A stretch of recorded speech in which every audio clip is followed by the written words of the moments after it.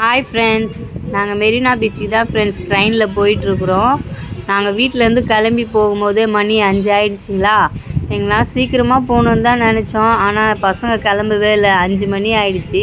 நாங்கள் பாருங்கள் பீச்சுக்கு வந்துவிட்டோம். அங்கே பாருங்கள் அந்த தண்ணி, அந்த கடல் எவ்வளோ சூப்பராக இருக்குதுன்ட்டு அதை பார்த்துட்டே இருந்தேன். அலை கிட்ட வர வர ரொம்ப பயமாக இருந்துச்சு. நான் கிட்டேயே போகல, கொஞ்சம் தான் நின்றுட்டு இருந்தேன். அலை வந்து அடிக்கும் போது ரொம்ப பயமாக இருந்துச்சு. என் பையன் நில்லுமான்னு சொல்லிட்டே இருந்தான். சரி கொஞ்ச நேரம் அப்படியே நிற்கலாமேன்னு சொல்லிவிட்டு அங்கேயே நின்றுட்டு இருந்தேன்.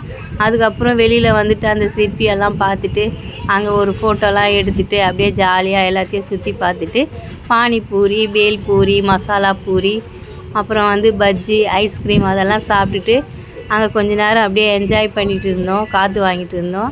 சரி டைம் ஆகிடுச்சி, சீக்கிரம் சாப்பிடுங்கன்னு எங்கள் வீட்டுக்காரர் சொன்னார். சரி கடகடன்னு சாப்பிட்டுட்டு அப்படியே நாங்கள் எல்லாருமே மொத்தமாக கிளம்பி வீட்டுக்கு கிளம்பலான்னு சொல்லி கிளம்பி அப்படியே சென்ட்ரல் ரயில்வே ஸ்டேஷனுக்கு வந்துட்டோம். இந்த வீடியோ பிடிச்சிருந்தா லைக்